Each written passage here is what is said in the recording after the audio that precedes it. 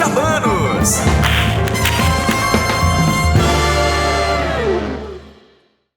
Fala Capixabanos, estamos no ar aqui hoje, eu, Rafael Pimentel, meu amigo Thiago Oliveira. Vamos ter um bate-papo aqui hoje com o nosso amigo Dr. Augusto, ele que é advogado tributarista. Bem, Augusto, seja bem-vindo. Obrigado. E o nosso amigo Bechara aqui, também advogado. E hoje vamos falar aí de um tema aí que é atual aí da reforma tributária, que está bem em evidência, mas primeiro gostaria que o doutor se apresentasse, falasse um pouquinho da sua história, da sua bagagem aí. Bem-vindo. Obrigado, Rafael. Boa tarde. Boa tarde, Rodrigo. Boa tarde, Bichara. Aqui nessa amigável informalidade, e a gente pode também aplicar essa informalidade para tratar do tema que às vezes as pessoas acham que é tão técnico que até atrapalha a compreensão.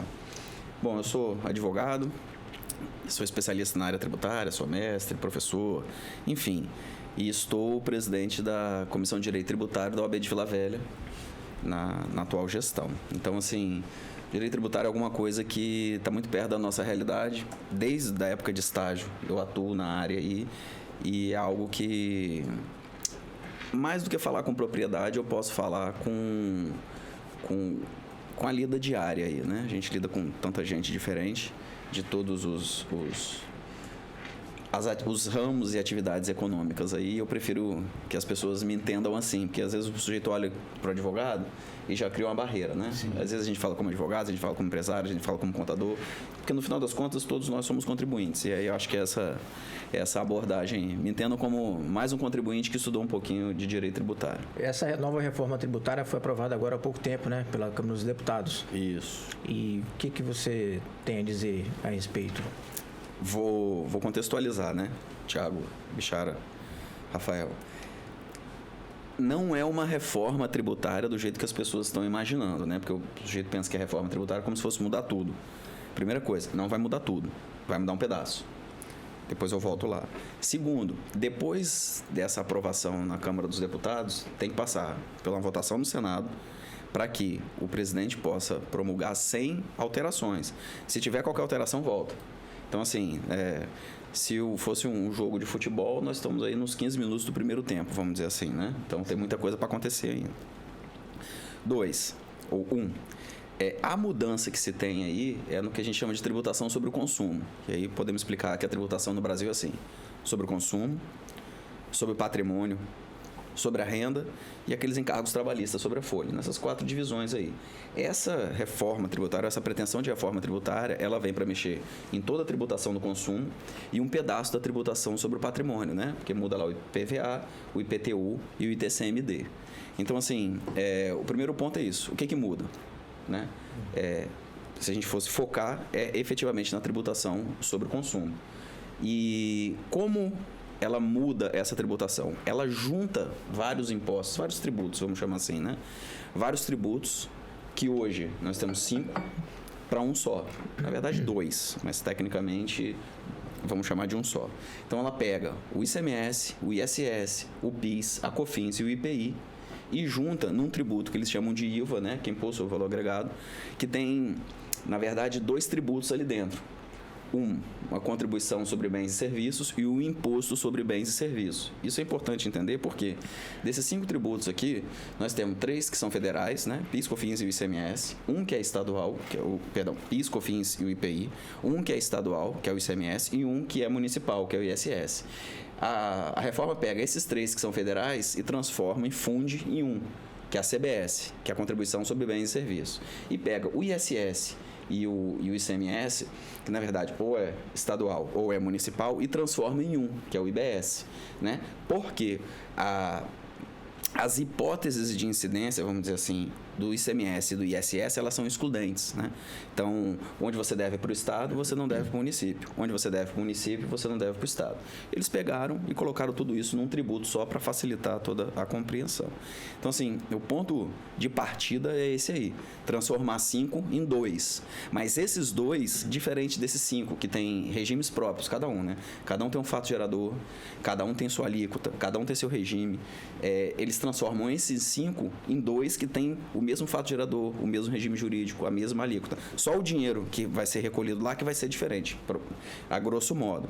Mas assim, você pega 5 e transforma em 1, sendo que esse 1, na verdade, tem 2 ali dentro. Embutidos. Certo. Isso. Essa era uma primeira dúvida maior que foi dito, né? Essa macro explanação aí que tem, que se transformaria em um único imposto. Mas esse único imposto, então, ele é dividido em 2. Ele continua sendo do Estado e É do Estado ou do município, e o outro da União Federal. Da União. A diferença é que hoje, assim, você olha para esses 5, Rafael, cada um tem um fato gerador. PIS sobre faturamento, COFINS sobre receita bruta, IPI sobre industrialização, ICMS sobre circulação de mercadoria e ISS sobre serviço. Esses 2 são sobre valor agregado. Já facilitou, você tirou 5 e transformou em 2. Primeiro que facilitou, por quê? Para compreender e vai baratear e simplificar, em tese, né? Simplificar vai. Porque esses tributos aqui, um está dentro do outro. Você tem uma base de cálculo dentro da base de cálculo do outro. Aqui não. Como eles têm a mesma base, eles vão incidir uma vez e você vai conseguir... Você não vai ter a chance, né, de interpretar um dentro do outro, entendeu? Certo. Então, nessa logística, o Estado ele tem a autonomia de coletar esse imposto. Esse imposto não vai ser coletado totalmente pela União. Pois é. Aí a reforma não está toda pronta, né? O que foi aprovado é um pedaço do geral, e desse pedaço do geral, ele é 70% de tudo que tem que ser. Porque a própria emenda constitucional, ela diz que o que não for regulamentado por ela vai ser regulamentado depois por uma lei complementar. Ou seja, tem a reforma e depois tem a regularização da reforma, a regulamentação da reforma, né?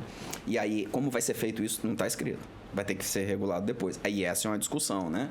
Provavelmente, assim, a União vai receber e vai repassar, tem aquele Conselho Federativo lá, que é a junção de municípios com estados, com seus representantes, que vai gerenciar esse imposto que é dos municípios e do estado, que é o IBS. Em tese, isso não vai entrar no caixa da União, muito embora toda a estrutura de fiscalização hoje e recolhimento vai ser baseado no que a União Federal tem hoje. Não tem como, né?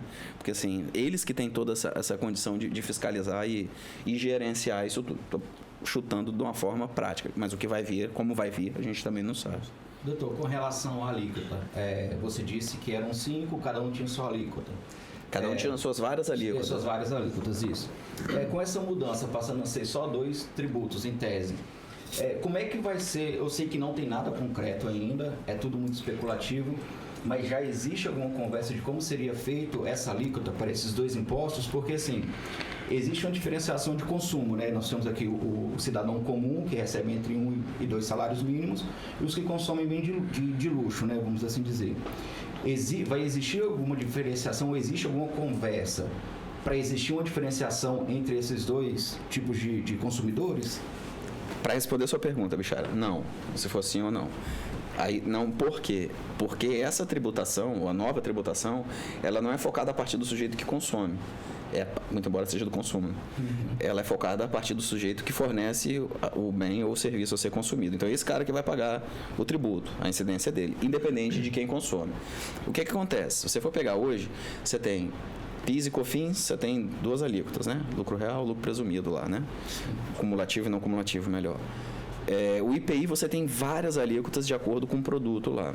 ICMS você tem geralmente para cada estado uma alíquota modal, uma alíquota seletiva e aqueles geralmente que são alíquota zero. E ISS você pode, porque a Constituição autoriza, ter alíquotas entre 2% e 5% cada município. Entre 2% e 5% eles podem atribuir as alíquotas que quiserem. Bom, hoje é assim. O que a reforma é uma emenda constitucional, é importante explicar aí, né? E essa é uma dificuldade que o pessoal que não trabalha com direito tem. Dificilmente você tem uma regulação jurídica baseada em um texto só. Tipo assim, você abre na Constituição, tá? Então isso aqui vai resolver todo o problema. Ou vai abrir o Código Civil, o Código Penal, o Código Tributário. Você vai pegar um artigo e vai resolver tudo. Essa é a complexidade do direito. O direito tem vários textos que ele tem que combinar todas as informações e tirar uma interpretação.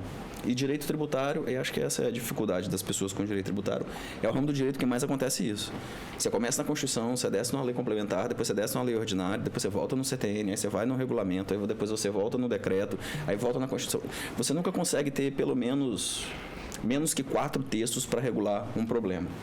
Então, o que a reforma faz? Ela vem, porque ela trabalha com esse padrão, né? Ela cria alguns textos, algumas diretrizes tributárias na Constituição e diz que depois a lei complementar vai regular. E aí depois você vai ter outras leis, né? A União vai editar novas leis, os estados e os municípios vão editar novas leis com base nessa lei complementar e com base nessa emenda constitucional. Então, assim, a questão da alíquota é uma dessas. Por quê? Porque não tem previsão de alíquota na Constituição. Você tem uma previsão de estruturas de alíquota, o que é muito bom. A Constituição diz que o IBS e a CBS, esses IVAs, né? O IVA dual, né? Por que eles falam dual? Só fazendo parênteses. Porque na proposta inicial era que fosse um IVA só, fosse um imposto só, a União arrecadasse tudo e distribuísse. Mas não pode, porque a nossa Constituição prevê a federação, né? Tem um pacto federativo que o pessoal fala. É União, Estados, Municípios e Distrito Federal. Você tem que ter autonomia financeira desses quatro. Qualquer ente desse não pode ficar sem arrecadação direta.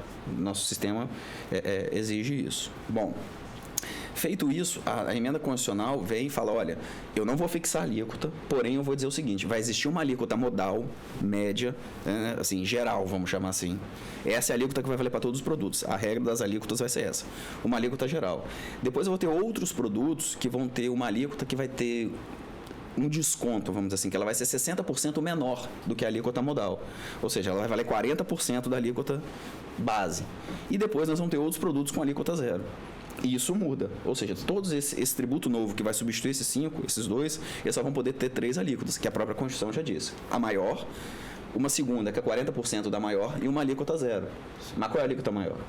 Não falou, né? Falou que a lei complementar vai regulamentar. O que a emenda constitucional fez foi colocar, desde já, várias atividades econômicas com alíquota reduzida e com alíquota zero. E aí a discussão vai mudar, né? Se um produto se sobremesa gelada ou é sorvete, para dizer se ela está incluído naquele campo ou outro ali. Por exemplo, no texto que passou, consta lá que vai ter a alíquota reduzida em 40%, todos os produtos alimentares destinados ao consumo humano. Sim. Hoje, restaurante não entra aí. Mas se você for levar, dependendo da interpretação, restaurante pode entrar ali. Ao pé da letra, né? Entende? Então, a discussão vai passar para isso aí. Uhum. Outro ponto, que não está aqui, mas foi criada uma contribuição estadual lá, em última instância, que vale até 2043, para produtos primários e semi-acabados. O cara que planta e vende, pode ser para consumo humano, mas vai incidir aquela contribuição ou não vai. A interpretação vai mudar de patamar, porque não tem jeito achar que nós não vamos interpretar nada, né? Vai diminuir a quantidade de textos a serem interpretados? Certamente. Que essa Constituição faz isso. Essa reforma constitucional faz isso. Mas não vai acabar com as questões. E as questões das alíquotas a gente não sabe. Tem que vir a lei complementar, vai ser criada com base nessa Constituição, ela vai trazer novos dispositivos. E outra, essa lei complementar pode conter termos inconstitucionais também, né? Entende? Assim, além do que for aprovado lá, depois isso pode ter questionamento. Então, assim, por isso que eu falo, nós estamos nos 15 primeiros minutos aí do primeiro tempo. Mais coisa vai acontecer. Então, em tese, ainda vai ser moldado a forma que vai ser feita essa alíquota para... O valor das alíquotas. E quem vai ser submetido a qual alíquota. Mas a certeza que nós vamos ter só vão ter 3. Pô, já facilitou. O IPI tem lá mais de 40, 50, 60 alíquota a dar com pau aí, assim. E às vezes você fica lá. E eles classificam as alíquotas pelo produto. Aí você começa a discutir se aquele bem é um produto ou outro ali, entende? Seria mais ou menos bens de consumo, alimentício, essas 3... Nessas 3 ali, se você for ver o texto lá, Rafael, ele coloca por campo de atividade. Educação, serviços médicos, transporte público. Tem algumas coisas que são mais, mas, por exemplo... Esse termo que é o que me chama a atenção porque a gente atua muito no segmento de alimentação. É alimentação para consumo humano. Eu já acho que cabe muito mais coisa do que quando o cara botar só restaurante. Entende? Sim, entendo. É por aí. Eu sou um pouco leigo na área tributária desse assunto. Basicamente, o imposto que você paga é daquilo que você vende, nada daquilo do que você compra. Ou não? Não, assim, porque existem 2 coisas, né? Existe o custo, e aí o consumidor sempre vai sofrer todo o custo, não tem como. Se você não paga, você não é responsável por recolher aquele tributo, você transferiu ele para quem adquiriu o seu bem ou o seu serviço. Então, né? A reforma, ela é sobre o consumo, ela tira IPI, PIS, COFINS, ICMS e ISS. Quem recolhe isso aqui hoje? O sujeito que vende o bem ou que presta o serviço.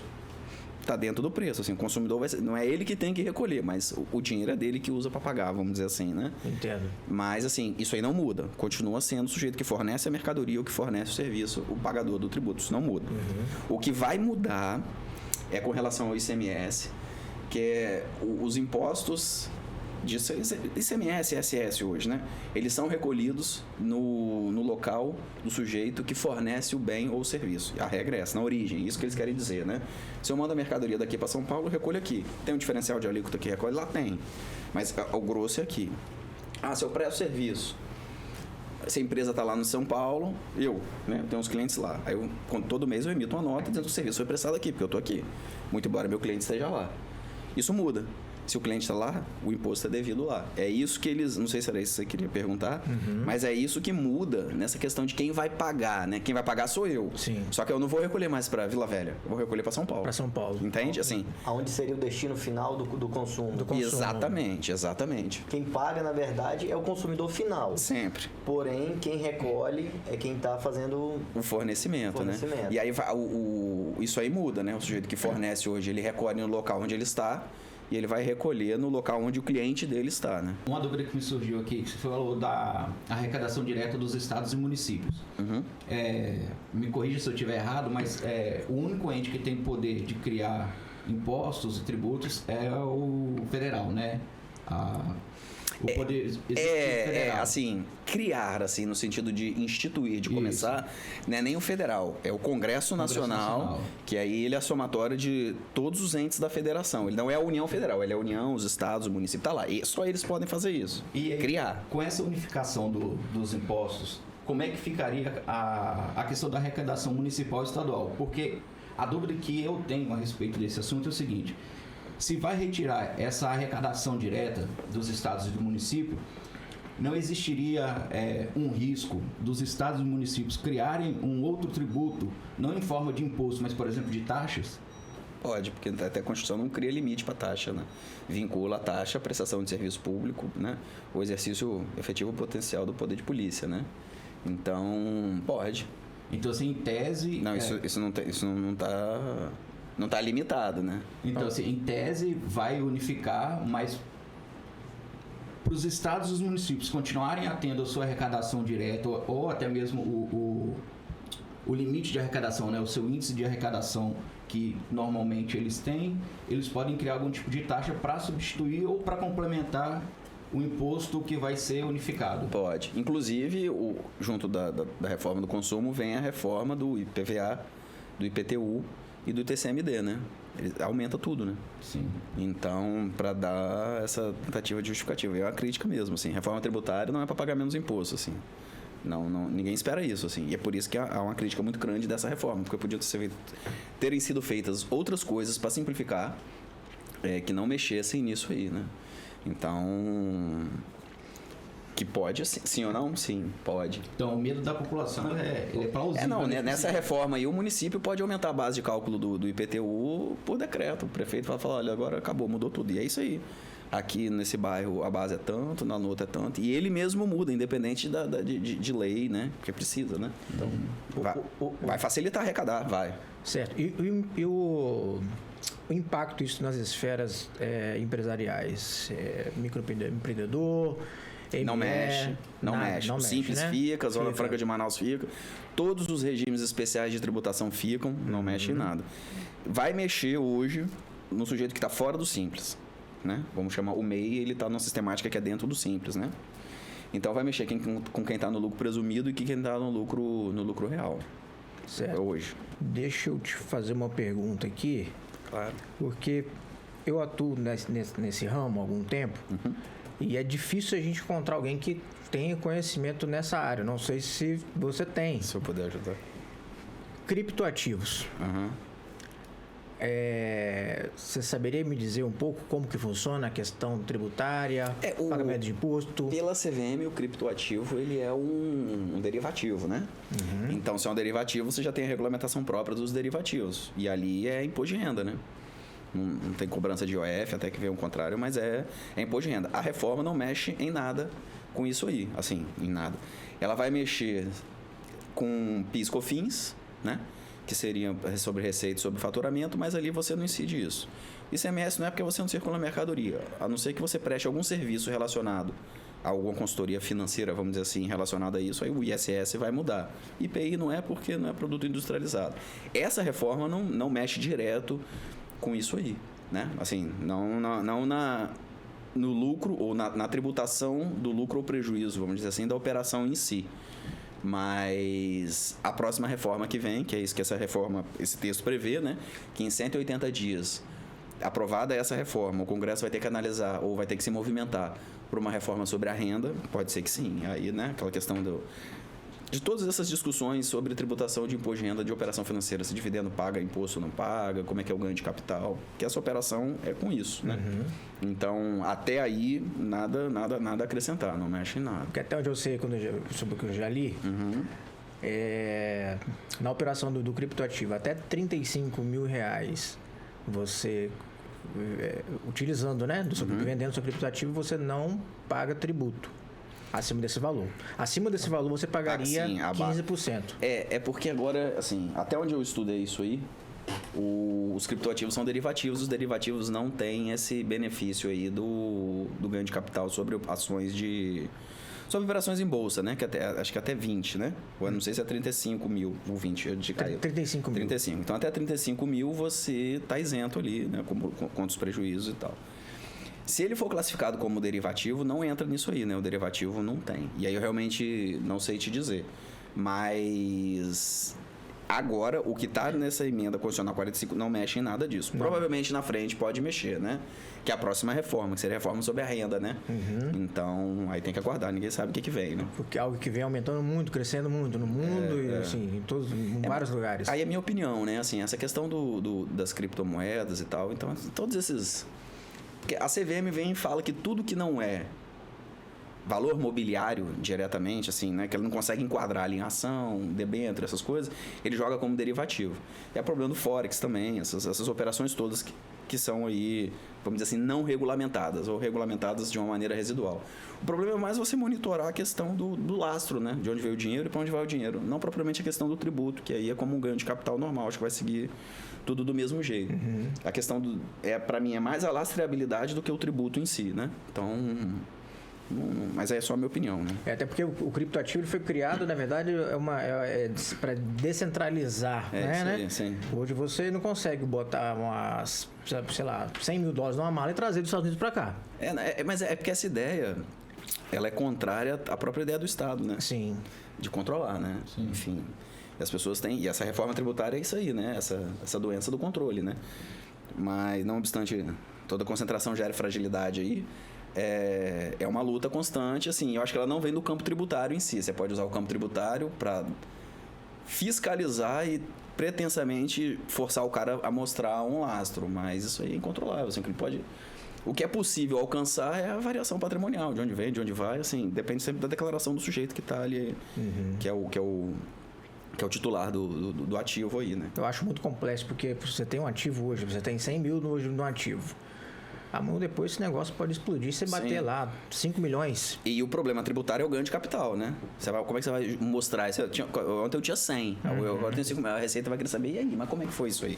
Você tem que provar que é legal. Então, assim, do ponto de vista tributário, não vejo nada diferente de qualquer ativo desse negociado em mercado de bolsa, mercado de balcão, o que seja. A questão é de como você vai comprovar, lastrear e tal, porque muitas vezes o sujeito coloca lá e não tem o menor controle disso, né? Ou porque às vezes nem tem um mecanismo para fazer isso, né? Sim. O sujeito compra uma criptomoeda dessa nova aí que saiu não sei aonde, como é que tem que mostrar que mandou pro exterior e tal, enfim. É mais de documentar isso aí, que não é ilícito, do que propriamente ganhar, entendeu? Entendi. E aí tem toda a questão, você só opera o lucro ou prejuízo quando vende, né? Se não vendeu, você tá aumento de patrimônio ali, enfim. Sim. Não tem problema nenhum tributário. Doutor, voltando a falar a respeito dos repasses,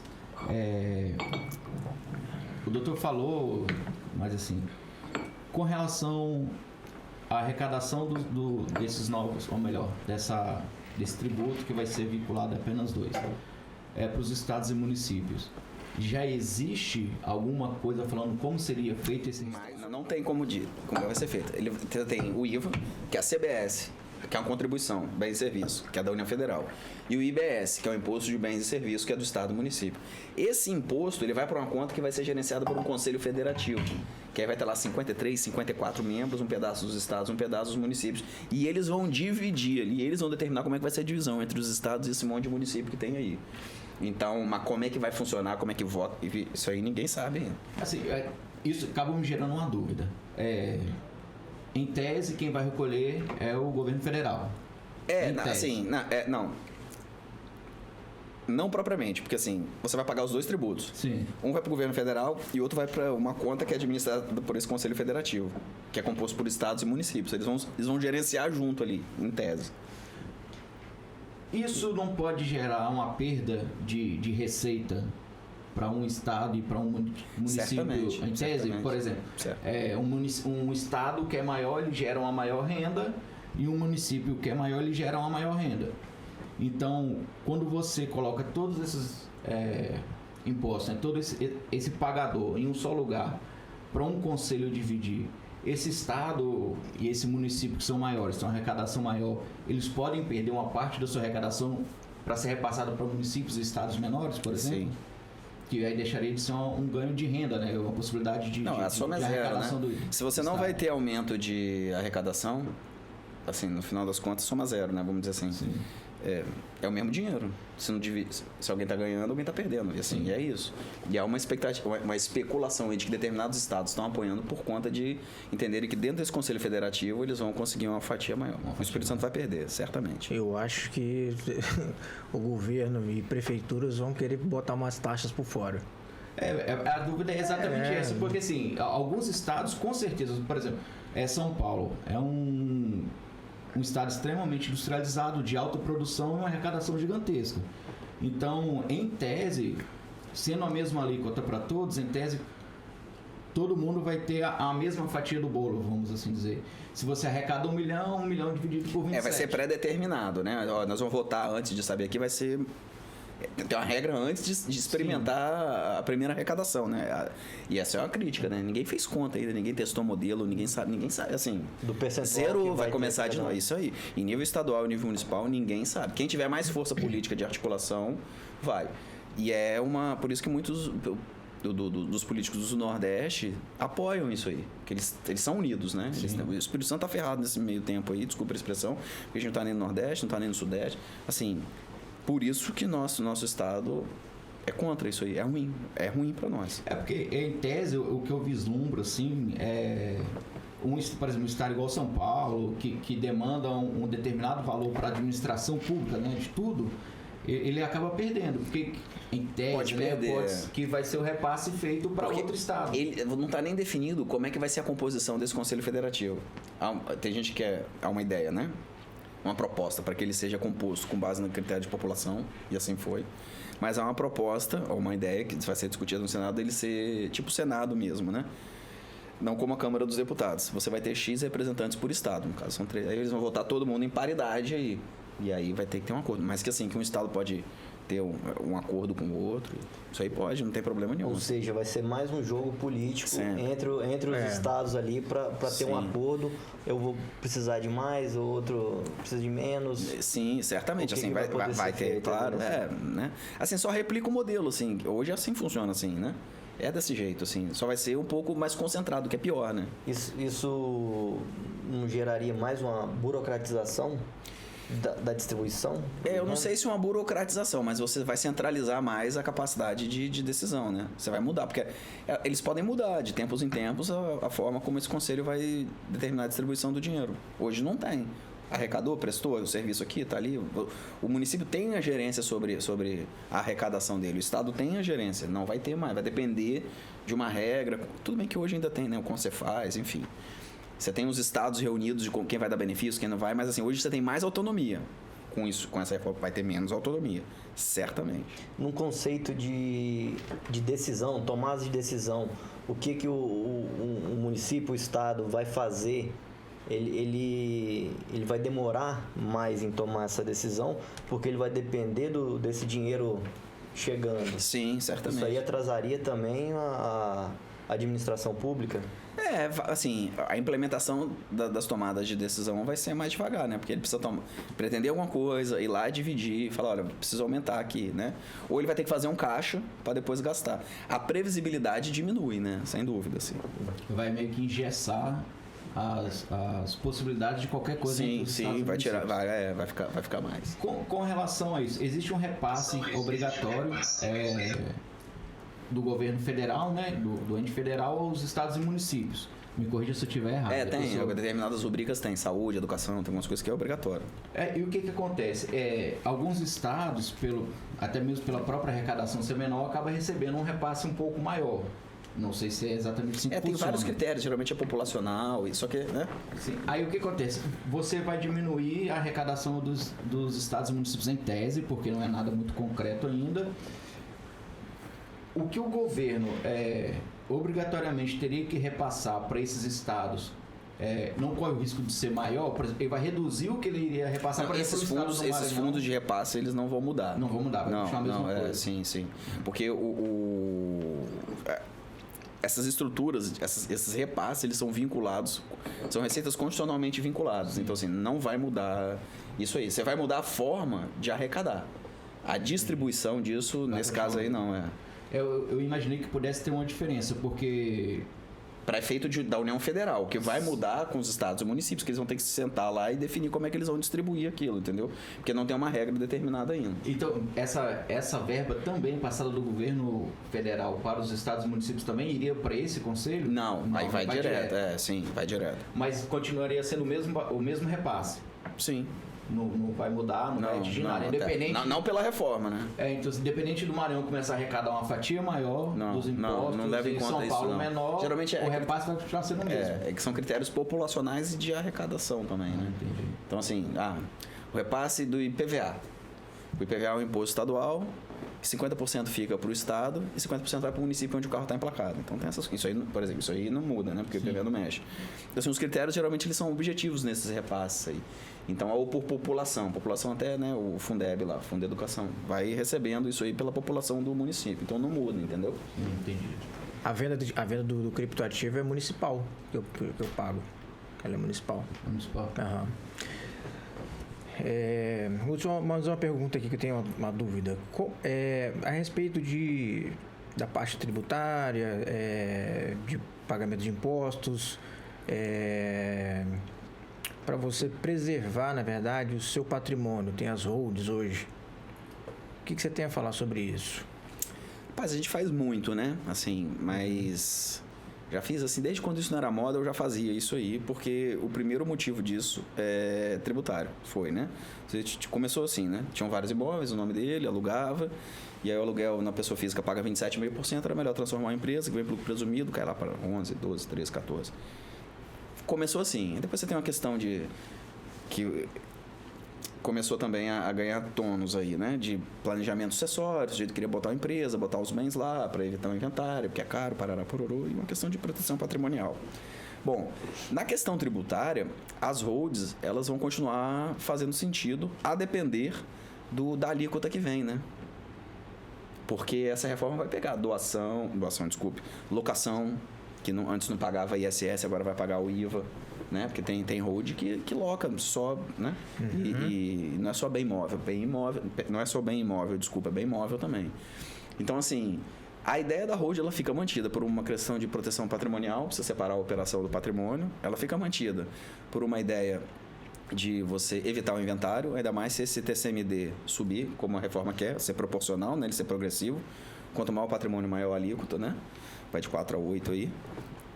E por a questão tributária tem que esperar para ver a alíquota, o que é que vai ser. Eu entendo que ainda vai valer a pena, assim, por conta... Até, você vai ter um piso, né? Um ponto de equilíbrio ali mínimo de patrimônio que justifique estar ali. E o que é que o sujeito vai fazer com aquele patrimônio. Uhum. Sabe? Não aluga, não faz nada. Então, talvez tributariamente não faça sentido.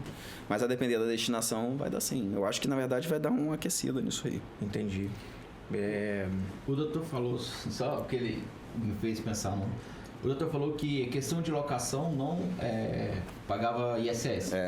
E com o IVA vai pagar.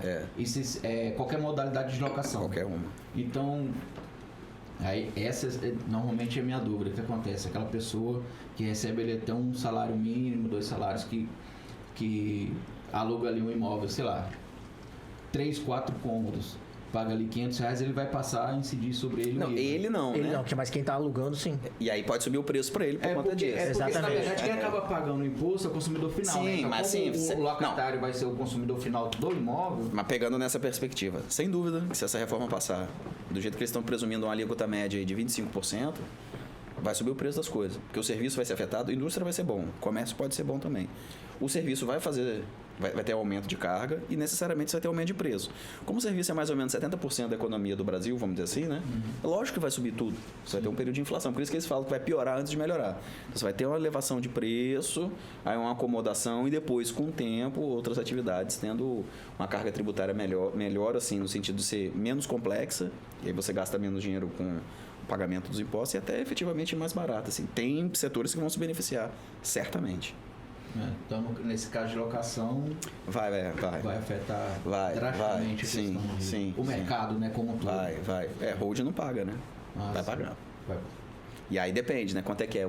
Enfim. Vai mudar muita coisa. Não vai ter TED. Ainda tem muita coisa ainda para... Você não sabe. Se essa alíquota, por exemplo, a minha conta, minha intuição, se essa alíquota vier na faixa de 20%, muita coisa vai baratear. Mas eles estão falando que vem entre 25% e 28%.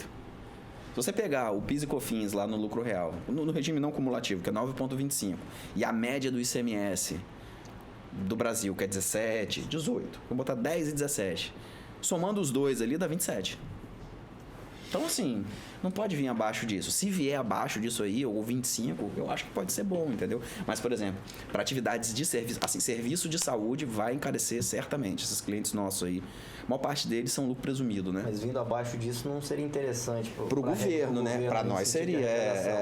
Porque já iria sair perdendo a arrecadação. Isso. Sim. Mas assim, há um efeito colateral. Provavelmente, esse aumento do custo dos serviços pode empurrar muita gente para o serviço público, né? Para o SUS, por exemplo, na área de saúde, isso deve acontecer, porque certamente vai encarecer o serviço de saúde. Um serviço que já é defasado, né? E aí tem toda essa discussão aí, né? Sobre, né? Qual é a alíquota? Vai ficar lá, não vai... O que essa lei... Porque, na verdade, o que vai pegar é o que essa lei complementar vai fazer. Que ninguém sabe, que pode acontecer tudo de novo, entendeu? Mas já houve alguma conversa, alguma discussão a respeito dessa lei? Não. Então ainda é tudo um mistério. Que é um problema, exato. Caixinha de surpresa. Que é o grande questionamento. Essa emenda devia vir junto com o projeto de lei complementar, entendeu? Para dar mais transparência porque vai ser feito. Sim, vamos fazer assim, já entregar o pacote completo. Né? Na verdade, tá se aprovando para depois se colocar os pratos limpos ali. Porque assim, já tem quase 20 anos que essa proposta de reforma tá lá. Ninguém esquentou com ela. É porque agora dá pra você fazer uma conta, né? Então, assim, como no Brasil as coisas são tudo assim mesmo, né? Assim, acho no geral. Ninguém acreditava. Passou. Agora o pessoal faz conta, peraí, né? Assim, não, aí volta e tal, enfim. Mas há uma disposição política muito grande de aprovar, assim. A gente fez um evento agora, segunda-feira, aqui no AB de Vila Velha, o secretário de Fazenda, ele falou que tem certeza que vai passar. No Senado. Vai. Alguma coisa vai passar.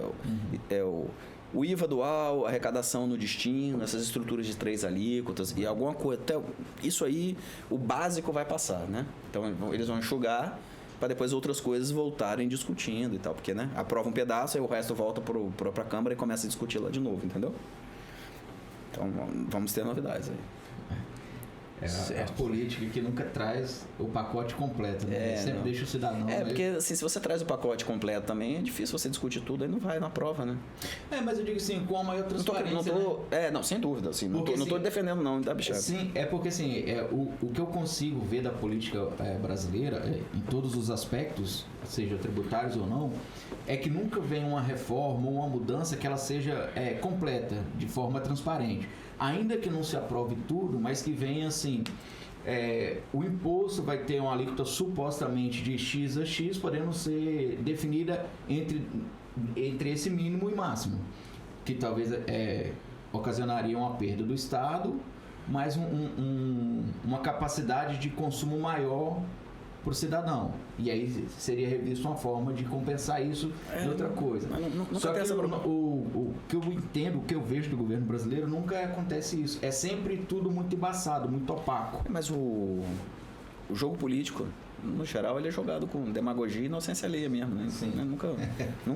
Você nunca sabe onde vai acabar. Que esse é o problema. A discussão era, ou a crítica para essa reforma tributária é, existem outras propostas melhores? Sim. Tem outras coisas lá que podem ser até fundidas com essa PEC 45 no Senado. Mas devia ter uma reforma administrativa primeiro. Quanto é que gasta? Vai parar de gastar? Vai parar de pagar? E o teto? Tem teto ou não tem teto? O que é indenizatório? O que não é indenizatório? Mas assim, isso aí é no plano da idealidade, né? Mas infelizmente o que a gente vê aí, essa frase nem é minha, do Ronald Reagan, né? Que ele falava lá, quando ele assumiu, que você só mata o dragão de fome, né? Você não já viu alguém matar o dragão? Nem no Game of Thrones, não. Só morre ele que se mete de fome. Então, assim, o que ele queria dizer com aquilo era o seguinte, que tinha que reduzir o imposto para depois reduzir a máquina. Porque assim, só na necessidade que isso vai acontecer. Eu tenho a impressão que é isso aí mesmo, porque senão essa emenda aí, condicional, essa PEC, ela aumenta tributo. Tem uma contribuição lá dos estados que é para taxar lá agronegócio, produtos primários e semi-acabados. Isso aí não fala de exportação, não fala nada. É um jabuti que colocaram lá. Mas está lá. Isso aí pode ser usado como, e provavelmente será arrecadação, aumento da arrecadação dos estados aí. É uma taxa? Não, é uma contribuição, tá lá, e contribuição, diferente dos impostos e das taxas, a contribuição é uma espécie tributária que o sujeito recebe com a destinação própria. Assim, é vinculado, né? Mas não é igual o imposto que entra no caixa, ele pode gastar de qualquer maneira. Mas aí a vinculação cria pela lei lá e vai. Não tem essa esperança não, assim. O que tem que fazer é trabalhar para essa alíquota. O melhor seria que essa alíquota modal aí fosse a mais baixa possível. Para isso, o Estado precisaria enxugar bastante a máquina para poder... porque pela lei de responsabilidade fiscal você não pode, né? Você não pode abrir mão de receita sendo que você tem despesa, né? Dá uma engessada, faz sentido financeiramente, mas dá uma engessada em qualquer redução de tributo. Então, enfim... do ponto de vista tributário, porque tributário é para arrecadar, né? Sim. Então, você tentar limitar a arrecadação aqui é muito difícil, nunca vi acontecer. Isso não pode gerar um Estado ainda mais inflado? Certamente. Porque vamos dizer que vai ter um ganho de arrecadação. E aí vai se justificar esse maior gasto. E aí vai ocasionar um Estado mais inflado, com maior necessidade de gastar. Sempre que tem dinheiro sobrando, né? É igual os três poderes, né? No final do ano, os caras fazem a conta lá, não, devolve ou não devolve para o executivo?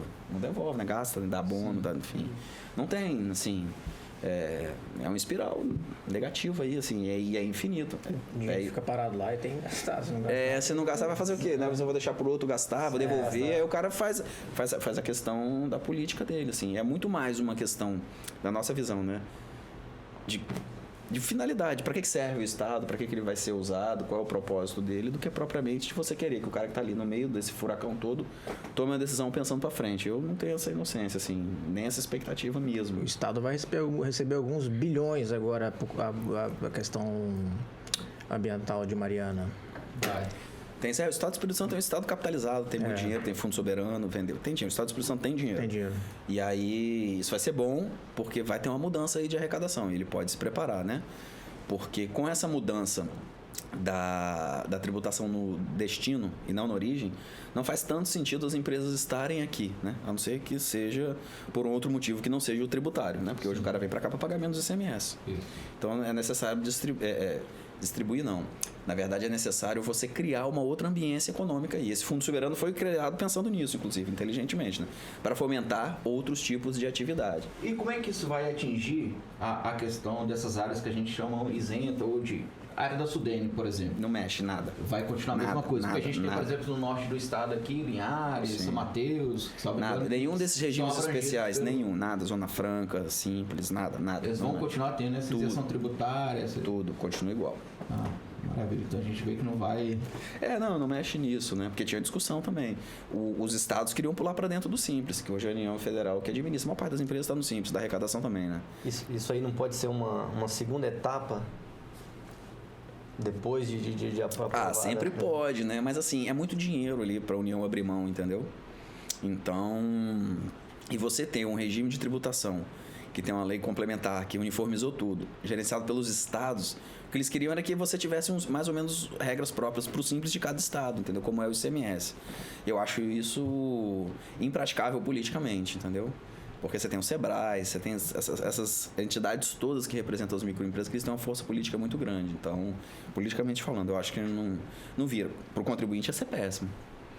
Porque é ruim, é melhor lidar com a União do que com os estados e municípios, assim, em vários aspectos. Inclusive, nós entrevistamos um diretor do Sebrae semana passada aqui. Pois é.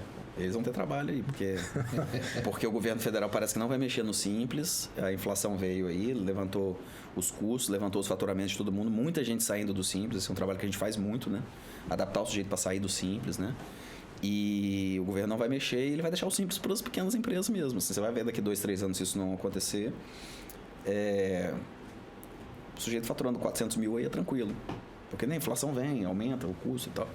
E essa reforma vai ter aumento de carga, assim, de arrecadação por conta disso também. Muita gente sai do Simples e vai pegar essa forma de apuração aí, que paga mais do que no Simples. Em alguns casos, né? Tem mais tributos, assim, a base é maior, porque paga o INSS, né? Não paga uma alíquota só, enfim. Muito embora para vários setores estar no Simples é pior, né? Sim. Então, isso aí não muda. O Simples não muda e a tendência é que ele fique pequeno e o resto todo mundo venha para esse regime ordinário aí. Que o pessoal do Sebrae defende tanto o Simples, né? Sim. É bom em termos, mas o cara que está começando é bom sem dúvida, entendeu? Pro pequeno ali, o cara que já está maior, não. Eu gostaria de perguntar se você tem, se você quer passar seu contato, escritório. Cara, a gente tem um escritório aqui em Vila Velha, né? Pode me seguir nas redes aí, a gente atende... A gente tem um escritório de direito empresarial, né? Eu e meu sócio, que é o presidente do AB aqui de Vila Velha, Nefa Júnior. Então, a gente atende...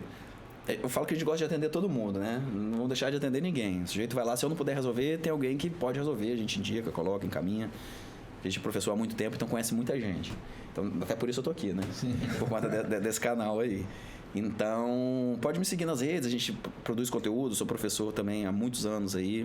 Hoje não leciono mais na graduação, só em pós-graduação, mas a internet permite essas coisas, né? Uhum. Eu achei uma forma de produzir conteúdo que é mais próxima do meu propósito, da minha atividade, do que eu gosto, que é isso aqui, né? Não precisa ser uma abordagem técnica, né? Ela é mais baseada no propósito da comunicação mesmo, de transferir o conhecimento. E o pessoal pode me seguir lá no Instagram, no LinkedIn, augusto.mansur.5, tá lá, a gente vai trocando ideia, tudo fica mais fácil ali. Se achar também, tem site do escritório, tudo, e tá todo mundo convidado para tomar um café lá, sempre que quiser. Não, bacana. Eu falo isso porque eu tenho 3 empresas aqui em Vila Velha, então eu participo de um grupo dos empresários da Praia da Costa. Uhum. E muita gente é carente desse tipo de informação. Então vai ser um papo muito bom aqui, que vai esclarecer muita gente e com certeza vão te procurar. Poxa, vai ser uma satisfação, a gente atende. Assim... Até eu. Que bom. Eu falo assim, o pessoal acha que direito tributário é dinheiro, né? Não é dinheiro. Nosso negócio não é dinheiro. Nosso negócio é paz interior. Uhum. Porque, assim, o sujeito entender onde ele está e saber que ele está na melhor forma que ele pode estar, deixa ele tranquilo, ele pode focar nas coisas dele, porque você fica muito inquieto, né? E tira sua energia vital aí, você viver a insatisfação ou a dúvida, né? Então, você tá ali, tô bem, não tô. Às vezes o sujeito chega lá, cara, eu tenho certeza que minha operação tá errada. Por quê? Não sei, mas tem alguma coisa errada aqui. Então, nosso trabalho é muito desse aí. E aí, me coloco à disposição. Tudo que interessa, tudo que é de produção de conteúdo me interessa, assim. E chegar até as pessoas aí e poder entregar um pouco disso aí, né? Independente do retorno que a gente vai ter. Porque isso aí uma hora vem.